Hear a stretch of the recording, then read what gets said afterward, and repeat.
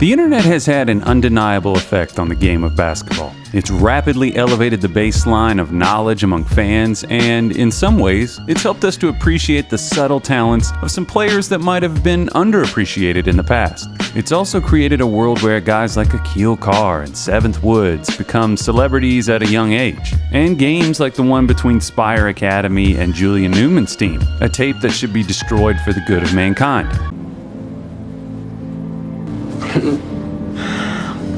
No! Love him or hate him, you could argue that aside from Zion Williamson, LaMelo Ball is probably the most famous player of this mixtape era that we're in. If he were just some kid out in California throwing no-look passes and shooting wild, contested, off-balance 35-footers, it'd probably be different. But LaMelo Ball was born the son of LaVar Ball, an insistent promoter who burst on the scene in 2016 to let us know how remarkable he and his sons happen to be. Because of his polarizing father, the reaction to LaMelo is strong on both sides. Although, just from listening to people, his detractors might be misdirecting their hate. LaMelo's fans adore him. His detractors seem to hate LaVar. I'm sure that you've noticed, but the buzz for LaMelo as an actual player has begun. Learned hoop minds have begun to chatter behind closed doors and in dimly lit alleys across the basketball world, leaning in close and whispering, "This kid might actually be good." But we need to cut through the bullshit. So pause the highlight reel and put your big boy britches on, because today's the day that we separate hype from reality. It is time to break down LaMelo Ball.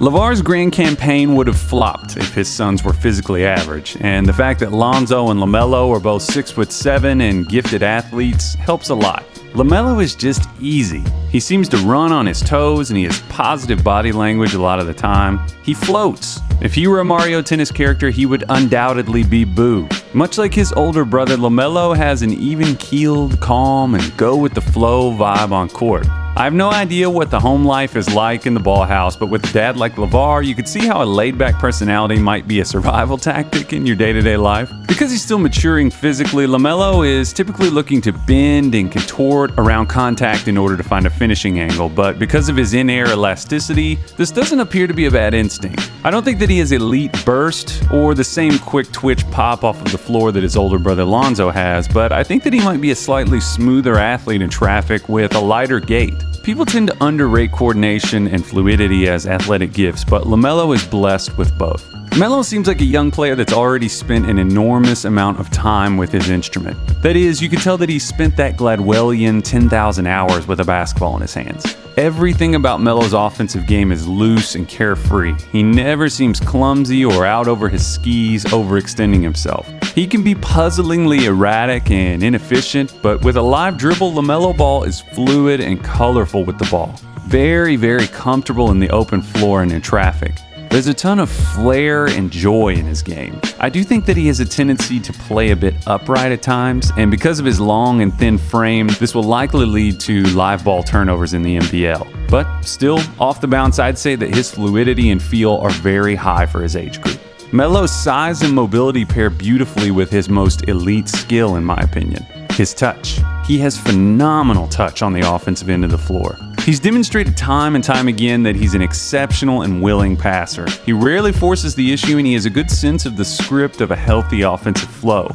His high school setting masks some of the subtleties of what he can do because his Spire teammates were not the most gifted or willing creators. With better shooters, finishers, and passers around him, I do think that there are aspects of his game that will blossom and become more apparent. His preferred tool is the baseball pass, and he can get insanely soft touch on those passes with either hand, dropping them in like a quarterback throwing a fade into the end zone. I really think that Melo could be an elite transition player in the future.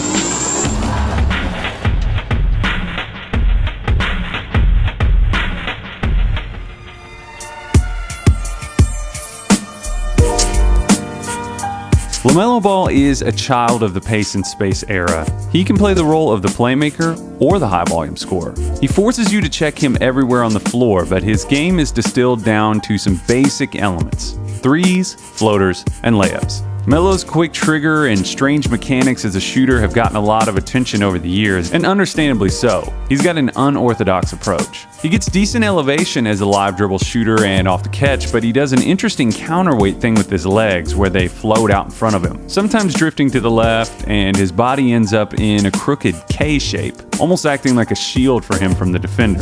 It's a quick release, and a lot like Steph Curry, Melo has no problem shooting the ball on the way up, moving or stationary, dribbling or relocating. The arc is high, and his shots almost always hit the cylinder softly. Again, great touch. Even with that odd, seemingly two-handed shot pocket, watch LaMelo's wrist when the ball leaves his hands. It's ridiculously soft. Since his shot selection can be unpredictable and audacious at times, you have to decide just how confident you are that these mechanics will lead to success in the future. I do think that Melo is a good shooter when he's smart about his attempts. So to summarize, his shot is strange, but it's mobile, it's soft, and in an extended sample, I can see it being consistent. His floater game is the most intriguing thing to me. Long-range floaters are nothing new. It was a common shot in the early days of basketball. Melo is honoring that tradition by letting it fly from just about anywhere inside the arc. And the softness of those shots is wild to watch. There's a real opening in today's game for players that can capably hit that shot, and I think LaMelo can.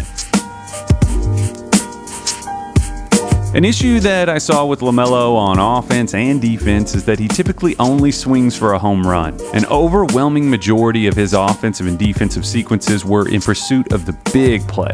To this point, he has eaten a steady diet of dessert. LaMelo has admitted that he dogs it a lot on defense. In fact, watching a lot of his games from this past year at Spire Academy, I can say that Melo gave some of the most half-hearted positional effort that I've seen from a top-flight prospect. At times, I thought if there were daisies out on the court, he might have started picking them. You were just a turd out there. Spire played to create turnovers, and 90% of the time in his high school games, he stood around off the ball, at times showing zero concern about even remotely being within the play. The positives are that Melo has shown quick hands and reaction time, and his level of attentiveness is already better in the NBL, but he's going to be picked on by stronger and more disciplined players. His attentiveness and motor will be tested constantly, which is going to be great for him. To this point, he just hasn't been in an environment where that's been demanded of him. Connected to that, I find the question of Melo's competitiveness interesting. The deep threes and the electrifying passes get all the youngsters on their feet, but what about the mundane and boring parts of basketball that are also very necessary? Is he willing to execute on that level? In high school, I only saw Melo really compete when his team was losing. It makes you wonder, because he's grown up as such an overwhelming basketball celebrity, does that affect how consistently he lays it on the line? Is there a point where he decides it's not worth it for him to really go for it? Is he a QB1? Every single time a player steps into a gym with him, they're looking to make a name for themselves by making a fool of him. And I think that he's keenly aware of that. You either take unbelievable pride and offense to the idea of someone attempting to use you in that way, or you dial it back and make it look like you don't care so that you can't be criticized in the same way. The elite guys in the world have that gear where they won't let someone just walk on them like that. Does LaMelo? I'm not so sure that he does. This is what encourages me the most watching LaMelo Ball. He seems keenly aware of his contexts. A lesser or dumber player might get to experience the freedoms that Melo has coming up through the high school ranks and think that they should be the focal point of every single basketball situation and develop a ton of bad habits. I don't get the sense that this is true of him. Even in a high school basketball setting that at times made me want to stab my eyes out with a broken beer bottle, LaMelo was hardly the problem, and his bad habits at Spire have not been as apparent in his first few NBL outings, to a surprising extent. If your perception is that this is a me first, me only, no substance basketball player, allow me to be among the first to say it. You're wrong. That's what's remarkable about this Ball family experiment. I admit that I haven't watched much of LiAngelo, but both Lonzo and LaMelo are by all accounts beloved teammates, unselfish creators, and genuinely intelligent basketball players. But what does the future hold? Let's think of it this way. At the highest level, could he be a high-volume pick-and-roll creator? Yeah, I think he could. Could he be an off-ball threat in catch and shoot off of screens and cuts? I really think so. Could he be a consistent threat to create his own offense in isolation? It's going to take some time, but the kid's a wizard with the ball. Is he a capable finisher and creator in transition? That's a big yes. I've become a believer in LaMelo's talent. There are concerns, though. The NBL will be a fantastic challenge for LaMelo, and it comes at a perfect time. In my opinion, this will throw him into a setting with mature players where his IQ will be stimulated by opportunities to make advanced reads, and he'll have to bring it on defense. I think that LaMelo could be a good NBA player, and I think he has a chance to be a damn good one, possibly even the best player in his family. Let me know if you agree.